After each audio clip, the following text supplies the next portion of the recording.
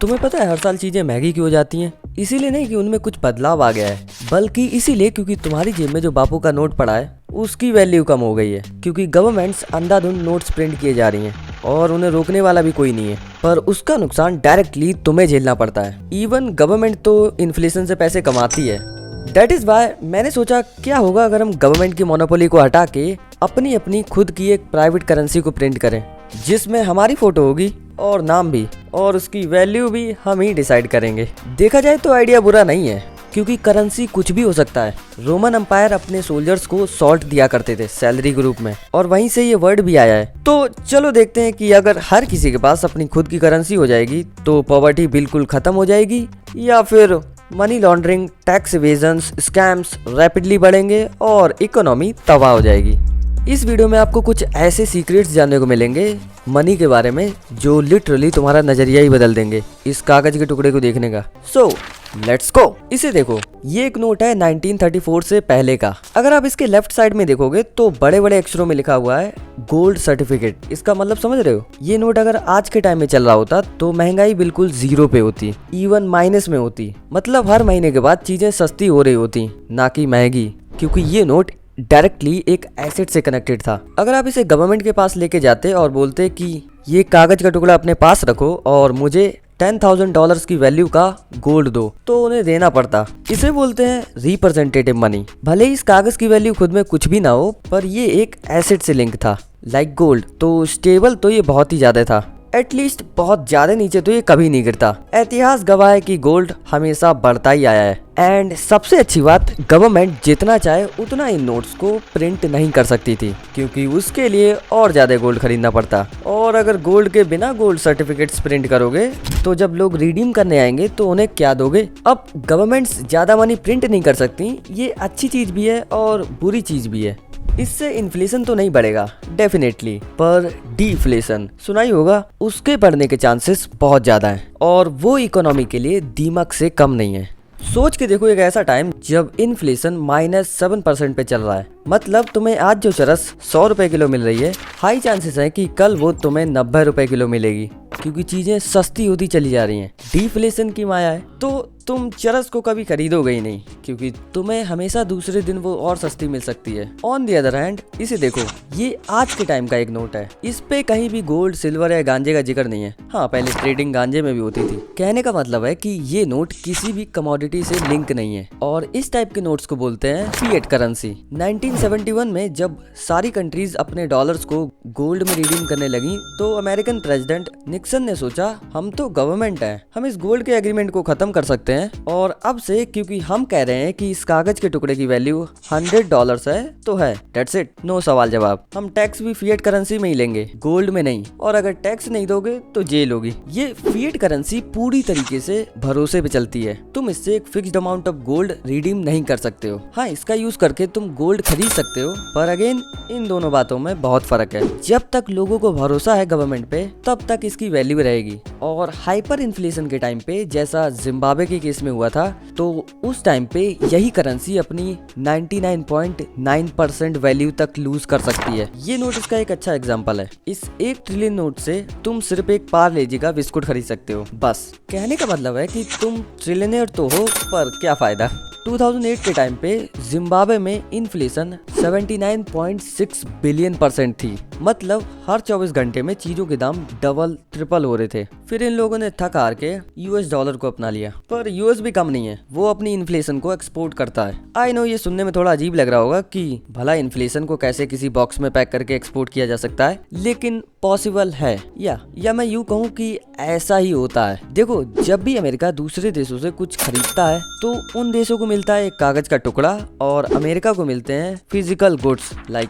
Cars, guns, चाकू, marijuana. And जब भी अमेरिका नए डॉलर्स प्रिंट करेगा तो हर एक उस डॉलर की वैल्यू थोड़ी सी नीचे जाएगी। और सिर्फ फेड ही ये सब नहीं करता है, सारी कंट्रीज ये करती हैं, इंक्लूडिंग इंडिया। अभी कोविड के टाइम पे RBI ने काफी ज्यादा नोट्स प्रिंट किए थे इकोनॉमी को बूस्ट करने के लिए। यही सबसे बड़ा एडवांटेज भी है फिएट करेंसी का, कि गवर्नमेंट के पास बहुत ज्यादा कंट्रोल होता है क्राइसिस को, रिसेशन को, डिप्रेशन को कंट्रोल करने का। और गवर्नमेंट्स भी थोड़े थोड़े टाइम के बाद सही मौका देख के नोट्स प्रिंट करती रहती हैं, जिससे सर्कुलेशन में और नोट्स आते रहें और इकोनॉमी ग्रो होती रहे।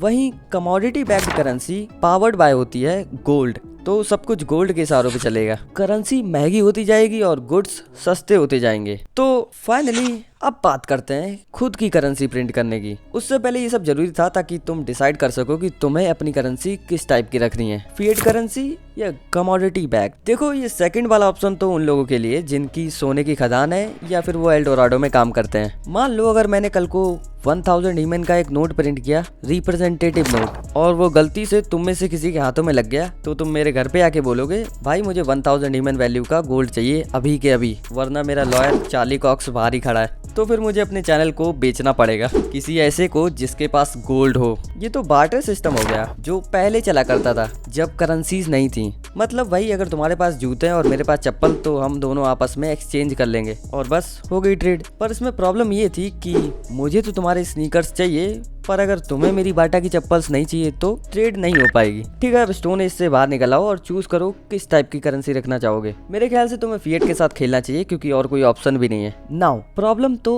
अब स्टार्ट होगी। फॉर एग्जाम्पल ये देखो, बापू की खोपड़ी के ऊपर कुछ व्हाइट कलर के सर्कल्स हैं। ये तुम्हें सारे नोट्स के ऊपर मिल जाएंगे। जापानीज येन पे ये फ्लावर्स के रूप में है। इन्हें बोलते हैं यूरियन कॉन्स्टेलेशन और कोई नहीं जानता है कि ये कहाँ से आए हैं। इन्हें किसने इन्वेंट किया है ये अभी तक एक मिस्ट्री है। कुछ लोग क्लेम करते हैं कि इन्हें एक जापानीज कंपनी ने बनाया था, पर जो भी हो ये एक ऐसा पैटर्न है जिसे नोट्स पे इसीलिए डाला जाता है ताकि आज के जो मॉडर्न प्रिंटर्स हैं वो इसे डिटेक्ट कर लें और तुम्हारे नोट की क्वालिटी खराब कर दें जब भी तुम उस नोट की एक कॉपी बनाने की कोशिश करोगे तब। इवन कुछ प्रिंटर्स तो ये भी लिख देते हैं अलग अलग लैंग्वेजेस में, काउंटरफेटिंग इज इलीगल। और काउंटरफेटिंग में ये तो बस सिर्फ एक ही चैलेंज है। अभी मैंने ये लोहे की तार, माइक्रोस्कोपिक लेवल पे printing, thin cotton paper, colour changing ink की तो बात ही नहीं की। अगर ये सब तुम्हारे नोट में ना हो तो वो तुम्हारा नोट है ही नहीं। उसे कोई भी इजीली प्रिंट कर लेगा अपने प्रिंटर से। तुम्हें एक अच्छे टॉप लेवल के डिजाइनर को हायर करना पड़ेगा जो कि एक ऐसे नोट का डिजाइन बना के देगा जो तुम्हारे ब्रांड को रिप्रेजेंट करे। ऑफ कोर्स तुम डॉलर को कंपटीशन देने जा रहे हो। बेंजामिन की फोटो देखी है क्या स्वैग में है। और पता है इस सब में कितना कैपिटल चाहिए होगा? यही सिर्फ $200 मिलियन। अगर यकीन नहीं हो रहा है तो 2012 में जब देवास में नई प्रिंटिंग लाइन सेटअप करी गई थी तो आरबीआई ने करीब 233 करोड़ रुपए खर्च किए थे मशीन्स को खरीदने के लिए। पर देखा जाए तो ये जरा भी रिस्की इन्वेस्टमेंट नहीं है। एटलीस्ट मुझे तो नहीं लगता है। यार तुम अपनी करेंसी प्रिंट करने जा रहे हो, कंट्रोल योर लैंग्वेज। हाँ ठीक है। और सिर्फ तुम ही अकेले नहीं हो, हर कोई अपनी करेंसी प्रिंट कर सकता है, फिर चाहे वो रास्ते पे बैठा भिखारी हो या उन पे कार चढ़ाते हुए सलमान भाई। तो जैसा मैंने पहले कई बार बताया कि फिएट करेंसी सिर्फ आस्था और भरोसे पे चलती है और एक ऐसी दुनिया जहाँ सबके पास अपनी अपनी प्राइवेट करेंसी है, यानी कि कंपटीशन इंटेंस लेवल का है। तो मोस्ट प्रोबेबली ये हो सकता है कि जो लोग ऑलरेडी काफी ज्यादा पॉपुलर हैं, जिनके फॉलोअर्स काफी अच्छे खासे हैं, लाइक मी, सेलिब्रिटीज, बिलियनियर्स। मैं ये बिलियनर वर्ड ही क्यों बोल रहा हूँ, ये मिलियनर बिलियनर जैसे वर्ड्स तो खत्म ही हो जाएंगे। मैं भी 1 ट्रिलियन हीमैन का नोट प्रिंट कर सकता हूँ तो मैं भी ट्रिलियनर बन गया। हाँ वो बात अलग है कि मैं उसे दूसरी करेंसी के साथ एक्सचेंज करूंगा तो मुझे वैल्यू बहुत ही कम मिलेगी। और हाँ यार, अपन बावास को कैसे भूल सकते हैं। आई एम नॉट यार।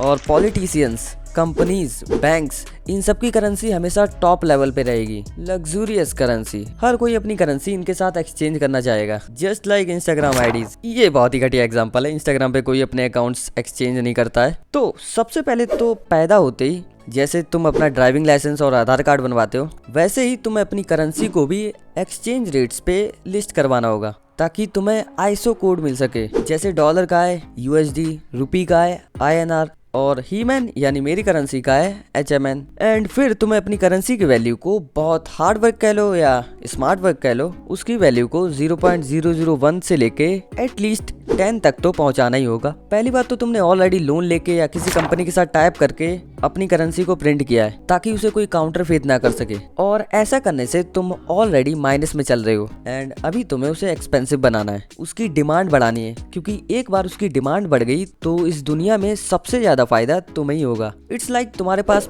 पूरी सोने की खदान हो गई है, वो करेंसी तुम्हारी है, तुम कभी भी कितनी भी प्रिंट कर सकते हो चोरी छुपे, तो उसे अब तो करना ही पड़ेगा, जिसके भी कई तरीके हैं। Number 1, sell your own foreign exchange. मतलब अगर तुम्हारे दादा परदादा ने किसी जमाने में कोई दूसरी करेंसी जैसे डॉलर को खरीद के अभी तक अपने पास संभाल के रखा है तो तुम उसे छीन के मार्केट में ले जाके बेच सकते हो और उसके बदले में तुम अपनी करेंसी खरीद लो, जिससे तुम्हारी करेंसी की डिमांड बढ़ जाएगी। हालांकि वो तुमने खुद ही बढ़ाई है और दादाजी रात में तुम्हारा गला दबाएंगे, पर क्या फर्क पड़ता है, गवर्नमेंट्स ऐसा ही करती हैं। लाइक चाइना के पास करीब 800 बिलियन डॉलर्स के यूएस बॉन्ड्स हैं। अगर वो इन्हें बेच के चाइनीज युआन को खरीद लेते हैं तो डॉलर की वैल्यू नीचे जाएगी और युआन ऊपर जाएगा। नंबर 2, तुम अपनी करेंसी को एक स्पेस क्राफ्ट में डाल के उसे मून के सरफेस पे रखवा सकते हो। आई डोंट नो इससे वैल्यू बढ़ेगी या नहीं, पर हाइप काफी ज्यादा बढ़ेगी। नंबर 3, तुम दिन रात मेहनत करके एक गेम डेवलप कर सकते हो जिसके अंदर सिर्फ तुम्हारी करेंसी ही चलेगी, फोर्टनाइट की तरह, पर पता नहीं उनका एप्पल के साथ कुछ पंगा चल रहा है। नंबर 4, तुम इंटरेस्ट रेट्स बढ़ा सकते हो नए फॉरेन इन्वेस्टर्स को अट्रैक्ट करने के लिए। लाइक डॉलर अगर 6% दे रहा है तो तुम 10% दे सकते हो, पर उसकी भी कुछ कीमत होती है जो तुम्हें चुकानी पड़ेगी। जैसे तुम्हें जॉब से जो सैलरी मिलती है उसे तुम्हें इन्वेस्टर्स को देना पड़ेगा एज अ इंटरेस्ट, और अगर सैलरी आनी बंद हो गई तो तुम्हें अपने घर का फर्नीचर तक बेचना पड़ सकता है। पर हाँ, 10% को देख के कई सारे नए इन्वेस्टर्स डॉलर को बेच के तुम्हारी करेंसी की तरफ आएंगे, तो इससे जरूर डॉलर की वैल्यू नीचे जाएगी और तुम्हारी ऊपर। हाउएवर, एक स्ट्रॉन्ग करेंसी भी बहुत ज्यादा अच्छी नहीं होती है, उसके साथ अलग प्रॉब्लम्स आती हैं कंट्री लेवल पे, पर शायद पर्सनल लेवल पे नहीं, सिवाय एक प्रॉब्लम के। जब तुम्हारी करेंसी बहुत ज्यादा एक्सपेंसिव हो जाएगी तो एक बंदा निकल के आएगा जॉर्ज सोरोस नाम का, और वो तुम्हारी करेंसी को आसमान से उठा के जमीन पे पटक देगा। इसे शॉर्टिंग कहते हैं, जिसमें जब किसी चीज की वैल्यू नीचे जाती है तब हम उससे प्रॉफिट कमाते हैं, एंड जब वो ऊपर जाती है तो हमें लॉस होता है। जॉर्ज सोरोस ने यही किया था पाउंड के साथ 1992 में, और ये सुन के तो आप हैरान रह जाओगे कि इस इंसान ने उस दिन सिर्फ कुछ घंटों में ही $1 बिलियन कमाए थे। अगर पूरी कहानी जाननी है, जो कि काफी इंटरेस्टिंग है, तो मैं उस वीडियो की लिंक आई बटन पे या एंड स्क्रीन में डाल दूंगा। पर फिलहाल अगर तुम्हें से कोई अभी अभी जेल से बाहर निकल के आया है और ये वर्ड पहली बार सुन रहा है, तो उसके दिमाग में सबसे पहला क्वेश्चन यही आएगा कि भला जब किसी चीज की वैल्यू नीचे जाती है तो उससे तो हमें लॉस होता है, प्रॉफिट कैसे हो सकता है? ठीक है, चलो मैं तुम्हें बहुत ही सिंपल एग्जांपल से समझाता हूँ। सपोज कि तुम अपने एक दोस्त के पास गए और उससे कहा कि तू मुझे 10 एप्पल्स उधार दे दे, मैं तुझे 5 दिनों के बाद ये एप्पल्स वापस कर दूंगा। वो कहता है ठीक है, ले जा। फिर आप मार्केट में जाते हो और तुरंत ही वो 10 एप्पल्स बेच देते हो, तुम्हें मिल जाते हैं 100 रुपए उनके बदले। एंड नाउ अब तुम वेट करते हो, क्योंकि तुम्हें पहले से पता है कि आगे आने वाले कुछ दिनों में एप्पल्स का भाव गिरने वाला है। एंड जैसा तुमने सोचा था ठीक वैसा ही हुआ, एप्पल का प्राइस 20% गिर गया। नाउ अब तुम दोबारा से मार्केट में जाते हो और वही 10 एप्पल्स खरीद लेते हो, पर क्योंकि इस बार भाव गिर चुका है तो तुम्हें वो एप्पल्स 100 रुपए के नहीं 80 रुपए के मिलते हैं। तुम अपने दोस्त को 10 एप्पल्स वापस कर देते हो और यहाँ पे तुम्हें 20 रुपए का प्रॉफिट हो गया। तुम्हारा दोस्त भी खुश, तुम भी खुश। फॉरेक्स मार्केट में यही होता रहता है, एप्पल्स के साथ नहीं करेंसीज के साथ। तो अगर तुम अपनी करेंसी को आर्टिफिशियल तरीके से बढ़ाओगे तो कोई ना कोई आके उसको शॉर्ट कर ही देगा। जरा सोच के देखो, जब हर किसी के पास अपनी खुद की करेंसी होगी तो स्कैम्स कितने ज्यादा रैपिडली बढ़ेंगे, मनी लॉन्ड्रिंग सुपर इजी हो जाएगी और कोई भी सैलरी के लिए काम नहीं करेगा। हर कोई बस अपनी करेंसी को पंप अप करने के बारे में सोचेगा और ये जितने भी बाबाज हैं ये बिलियनर बन जाएंगे। हमारी करेंसी खरीदो बच्चा, तुम पे कृपा आएगी, और डोनेशन भी उसी में देना, और टैक्स को अवॉइड करना चुटकियों का खेल बन जाएगा। और हाँ, जब हर कोई प्रिंट कर सकता है तो गवर्नमेंट भी तो अपनी करेंसी प्रिंट कर सकती है, एंड अल्टीमेटली सब लोग उसी सरकारी नोट को ही प्रेफर करेंगे, या फिर कोई एक ग्लोबल करेंसी बन जाएगी जिसपे पूरी दुनिया भरोसा करेगी। एंड बात घुमा फिरा के वहीं पे आ गई है जो स्थिति अभी है। हालांकि अभी कोई ग्लोबल करेंसी तो नहीं है, पर यूरो जैसा कुछ एग्जिस्ट करता है, मैंने कहीं पढ़ा था फेसबुक ग्रुप पे। देखो, निराश ना हो, तुम अभी भी अपनी एक करेंसी बना सकते हो, उसको पेमेंट के लिए भी यूज कर सकते हो, और वो कुछ और नहीं, क्रिप्टो करेंसी है। हाँ, वो पेपर वाली विंटेज फील तो नहीं आएगी, पर तुम उसे अकेले ही बना सकते हो। सतोशी नाकामोटो, वो कोई गवर्नमेंट तो नहीं था, एटलीस्ट अभी तक तो कोई प्रूफ नहीं मिला है, वो भी एक इंडिविजुअल ही था जिसने बिटकॉइन बना के सारी गवर्नमेंट्स के नाक में दम कर दिया। पेटीएम की भी खुद की करेंसी है जिसे वो लोग कैशबैक पॉइंट्स बुलाते हैं। फ्लिपकार्ट में सुपर कॉइन्स है। विटालिक ब्यूटेरिन ने इथेरियम बनाया, चार्ली ली ने लाइट कॉइन बनाया, और भी कई एग्जांपल्स हैं। पर क्रिप्टो भी दूध का धुला हुआ नहीं है, वहाँ भी स्कैम्स होते हैं। अभी रिसेंट का ही एग्जांपल ले तो FTX करेंसी कोलैप्स कर गई और कई लोगों का पैसा डूब गया। तो बस सावधान रहो, सतर्क रहो और हमेशा ही मैन को प्रेफर करो पेमेंट के लिए। बाय। स्पॉन्सर नहीं और वो कोई करेंसी भी नहीं है।